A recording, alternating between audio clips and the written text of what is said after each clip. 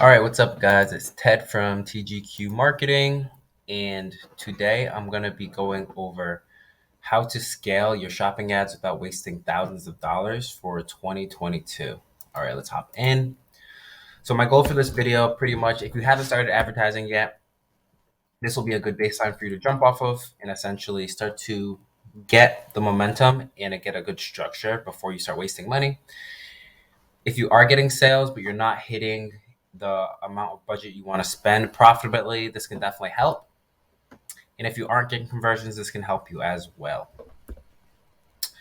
So just so you guys know, some results I've gotten from clients using this type of strategy where we go from segmenting the products based on brands or based on best sellers and low sellers or seasonality. I was able to hit this client's target over a 3-month span for them to basically 900% their revenue and almost 100% increase the return on ad spend. So basically in this presentation, I'm going to be going over these 9 different topics of overview, smart versus standard, campaign setup, bidding and automation, the smart shopping bridge, dynamic remarketing, scripts and rules, conversion tracking, and Google Merchant Center.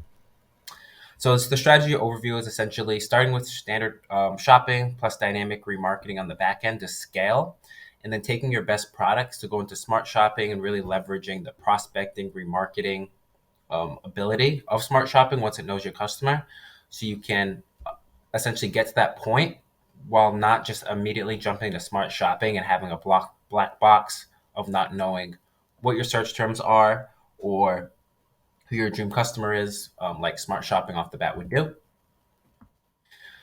So to kind of give an overview in a diagram format, I have the standard shopping, um, how people usually start, where they have standard shopping in all products all together. And we want to move to having a broad campaign that is high priority with a manual CPC bid. So basically, these will be the broadest key terms. So if you're selling Nike shoes, this campaign would essentially have just men's shoes and it wouldn't be specified to Nike. Then for the second campaign, you'll have the product plus brand. So in this case, the Nike shoes you're selling, you're going to move all the search terms to be Nike white shoes, for example. And this would be medium priority, manual CPC. And then finally, you'll have the SKU brand plus product. So this one would have essentially Nike Air Force Ones or Nike Air Force Michael Jordan X, Y, and Z. So it's the most specific and most likely to convert type of audience. And this is the lowest priority because you essentially want to funnel and have the lowest cost per clicks down here, and it moves down and it moves down, and you use negative keywords to block these out, which I'll talk about more. And then on the back end here, you have dynamic remarketing. So next, once you've been query sculpting, like I said, you do data feed optimizations, you're getting 10 to 20 conversions per month. This is when you move to enhanced CPC bidding and keeping the same structure here so Google can begin to bid up or down depending on the conversion data. And I'll talk more about this in the other slides. So after you begin to get 30 to 45 conversions per month, and have dynamic remarketing on the back end, you're going to move to target return on ad spend. So essentially, I'll talk about this in a little while as well, but TROAS will be able to help you hit the target that you'll want to make. So for example, a target return on ad spend of 500% would mean every dollar we're putting in, we're getting $1 back. And we can basically tell Google to shoot for this in a standard campaign once we have enough conversion data. And then finally, once you start to get 30, even more conversions, you can begin to, as well as take the best converting in, say, your low priority campaign and begin to move them over to your smart shopping campaign, which will be able to scale these products using YouTube, display, and Gmail to get people before they're even on google.com looking up your Nike Air Force Ones. We can get people similar to them and scale that way while still maintaining your other 2 campaigns and continuously funnel more products here. All right, awesome. Now you might be wondering, okay, what's the difference between standard and smart shopping? All right. So standard shopping is great when you're first starting out because you want to have as much data as possible. You want to see what people are actually typing in to find your Nike Air Forces, and you don't really want certain searches to be showing up because in theory Google will eventually figure out when for your men's Air Force One shoe when people type in women's shoes or women's heels, that might trigger it in a smart shopping or a standard shopping campaign that's not structured properly, and it'll eventually figure out that this isn't the way to do it after wasting thousands of dollars. But you can pretty much cut the learning curve using negative keywords and keeping that control, so we can basically train the machine learning not to go for those terms. You can train it before you start any automation and standard shopping as well, and you want to stick with it until for about 30 to 45 conversions. All right, now into the setup. So for product segmentation here, like I mentioned before, you want to segment the products based on brands into three separate categories. And I'll have a product segmentation spreadsheet you can use, which is essentially what you'll want to be having when you're doing your upload, whether it's under 20,000 products. So you can create single product ad groups, which is essentially every ad group and product group you have, only that product will show up in the search term so you can know and manage what your ads show up and what they don't show up for. And I'll also have another video that goes over this specifically that I'll link above as well so you can look at that. And this is great for less than 20,000 products because in a single campaign, you can't have over 20,000 ad groups. And you can do negative keyword matching to push these into other campaigns like I mentioned. All right, now into enhanced CPC. You can do different tests for enhanced CPC when you're going from 10 conversions and more. And you can set up different experiments. So Google can bid up and down 20%. You can set up these drafts and experiments in Google, and this will be part of the strategy. And I'm not going to go over this precisely, but this will be part of overall the system that you'll be following is getting these conversions, running a test, seeing if Google is actually starting to learn who your customer is, or you need that extra control. And you want to keep on manual, so you'll be running experiments. All right, now more onto bidding automation, specifically TROAS. So, like I said, you can switch to TROAS after 30 to 45 conversions. You can also run experiments. In marketing, you always want to do A/B tests. You always want to see if your hypothesis of saying, okay, we have about 30 to 45 conversions. I think that we can be able to hit my 500% return on ad spend without me manually managing the bids because I think Google has enough conversion data. You want to give it at least 30 days and you want to be running these tests. And I'll make another video specifically on experiments, when to cut them, when to scale, and whatnot.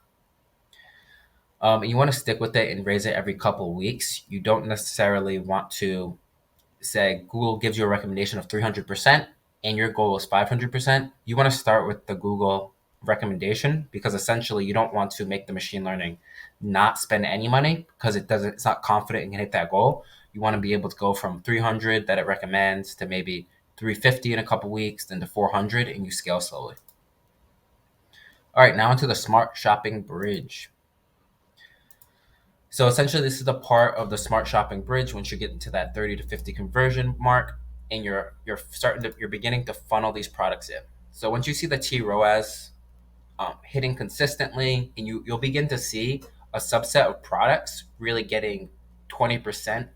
80% of the revenue is coming from 20% of the products, and you really want to scale them up using outside of Google Shopping or Google.com. So that's when you want to start leveraging YouTube and Display Network. And that's when you can start moving these into the smart shopping campaign to bridge that to smart shopping. You don't want to do this immediately because smart shopping takes priority over standard. So if you put all your products into smart, none of your other campaigns will run.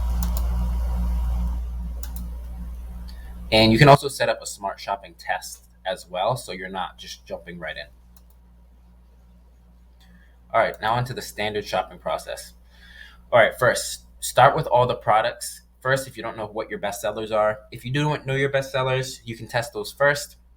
Granted, if you're coming from Facebook to Google, they might not always be the same. So starting with all products, well, you might find some random winners that you might have not found before. Focus on optimizing your titles and images first. Improve product descriptions and pages, and then review after either 100 clicks, $100 to $150 in ad spend, or after 7 days. All right, red flags. So some red flags for our new standard shopping campaign would be no impressions, you need to increase bids, no clicks, again, increase bids, no sales. You might need to reduce your prices depending on the competitors in the auction, and I can create another video specifically on price competitiveness. Let me know if you want a video on that specifically so you can kind of see what your competitors are exactly going for. Looking at the landing page analytics, or people are bouncing, and analyze the search queries. Like I said, this is going to be the biggest lever you can pull, is like seeing what your ads are showing up for and adding negative keywords to that. All right, now on to dynamic remarketing. So dynamic remarketing, it's perfect for remarketing to people exactly when they visit a product page or category visitors. So if you ever went into like Nike.com, you looked at their white Air Forces and then you didn't buy, you might get that exact ad when you're on YouTube, or if you're reading the New York Times or whatnot, you'll get more ads of that specific product. And this is very powerful that big brands use, that you can leverage, so you can send save a lot of lost revenue. You can send people promotions if they added to cart or just viewed a specific product, and really get a lot of money that you were leaving on the table without using dynamic remarketing. All right, now on to scaling. You're getting sales, it's time to scale. All right, so the pyramid of scaling, and the priority is your return on ad spend, then your cost per sale or cost per acquisition. You want to look at conversion rate, cost per click, and finally click through rate. So return ROAS is return on ad spend. In Google, it's called all conversion value divided by cost. This is the primary KPI, or key performance indicator, of your campaign, because this will basically be telling you if you're hitting your goals or not. So if you're not hitting this, it's time to look at CPA. So CPA is cost per conversions. So if you're seeing your cost per conversion is too high, um, then this is a direct reflection on your return on ad spend, because if you're getting a bunch of very expensive orders and the average order value isn't high, your return on ad spend isn't going to be as good. If you think your CPA is fine, then you can just check on your conversion rate. So conversion rate will be how many people are actually visiting your website and clicking and actually buying. If you have a very low conversion rate, that's below industry standards, which is typically 2% for e-commerce sites. Reducing the price, optimizing the landing page, and adding maybe things like chat widgets, phone numbers to your website can all be things you can improve.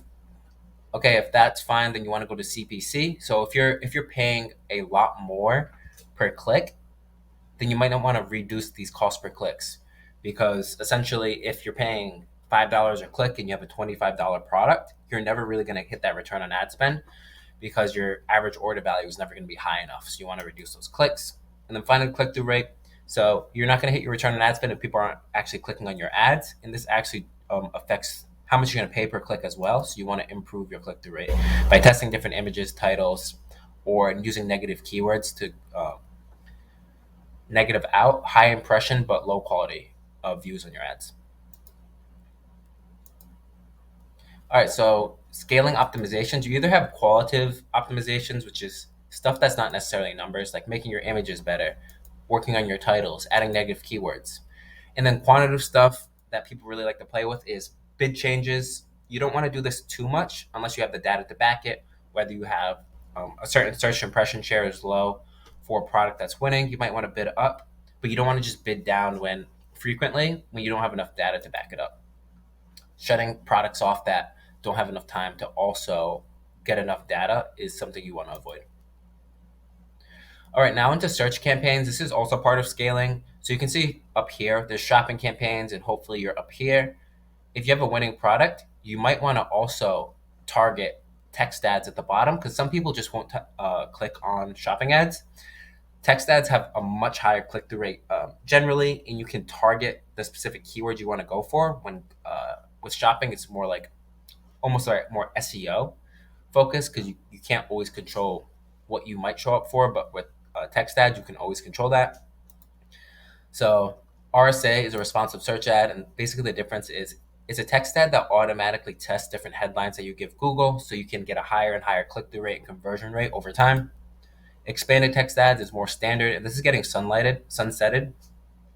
But this is more like a fixed headline that doesn't automatically test. And finally, dynamic search ads, which is more of the wild card. If you have a really, really big site, you could test certain categories, but essentially you'd grab maybe like the men's fitness apparel category. And whenever someone types in like men's tank tops or very similar words, you could have text ads dynamically generated, like a headline.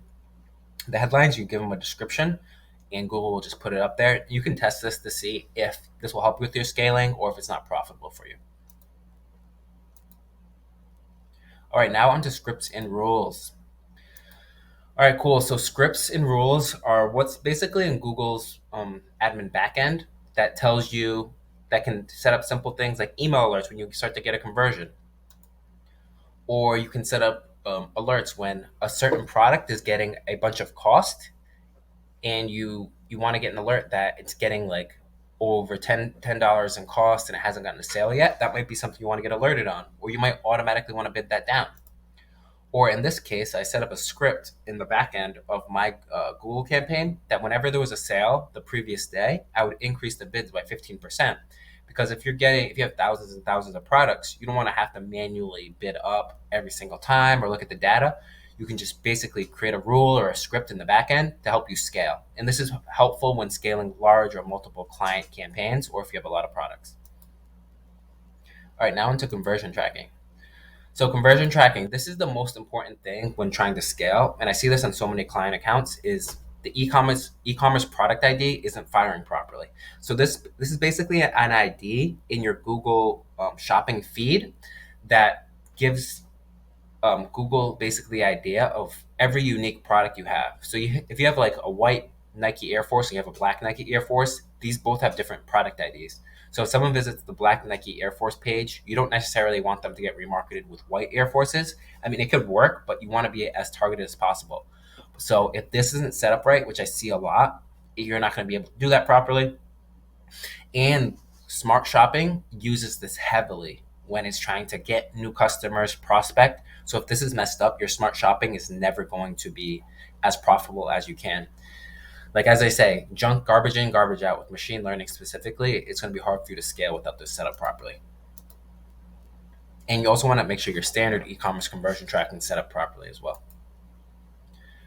All right. So also part of scaling, when you want to optimize for new customers in smart shopping, you can tell Google, for example, if your average order value is $50, but you know that over the course of the year, people buy 3 times for $50, you can say, oh, my new customers are worth $200 to me. So you can add artificial value on top of every new customer that buys a $50 product. You can say, oh, Google, that new person was actually worth $200 to me. So Google will begin to optimize and grabbing more new customers rather than just remarketing to your past customers, which can like burn out your customer list. And also you're going to start to see that you're not spending your budget on smart shopping. You become to be in a flywheel. So this is very important when scaling and optimizing for new customers. All right, now into the Google Merchant Center. So the way I like to describe Google Merchant Center, it's kind of like the train station between your website and Google Ads. So this houses all the data. This is where you can see if products are approved or disapproved, and this is very important when trying to scale. So if you have really bad product titles, product images, no descriptions, you're not telling Google what product category something's in, it's not going to be able to scale and find and put you on the best placements all the time in smart shopping when you're trying to scale up. So you want to make sure this is optimized. You don't have a bunch of disapproved products, and your diagnostics tab is good. All right, now for the recap. We went over a lot of different stuff, but I can kind of recap it for you guys. So start with standard shopping to have the data and test automated bidding. You always want to be testing. Test at every point that you're starting to get conversions and see, do a 50-50 split test. Am I getting better results after a few weeks to a month of doing enhanced CPC or target return on ad spend? Then you can begin to flip all your products to that. You always want to test, and don't be scared to like revert back, allow Google to get more data and then come back to it in another few weeks. Segment your products and best sellers as you scale. So I see a lot of people that have thousands and thousands of products and they never segment soon enough to really keep their products in a best sellers and then other products group.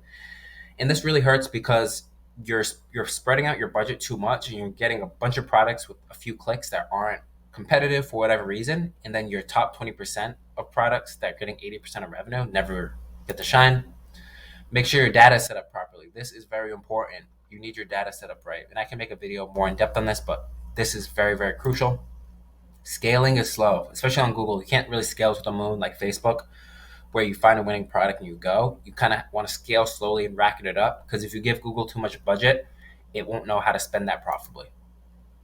And some products just don't work on Google. People aren't going to be searching for the Zigzag 3000. There might not be search volume. If there's no search volume, it's going to be hard to get that product out unless you have a very seasoned Facebook Google Analytics tag, and you can put in a smart shopping campaign that might be able to get similar converters. That's the one thing you'd have to do. All right, so I appreciate everyone watching this video to the end. If you could like, comment, and subscribe, that'd be awesome. I also have a free consultation to kind of look at your shopping account, whether you don't have anything set up and you want me to help you scale up, or you need an audit to really see where you fell off and how you can really improve. All right, thank you. I hope everyone has a good rest of your day. Bye.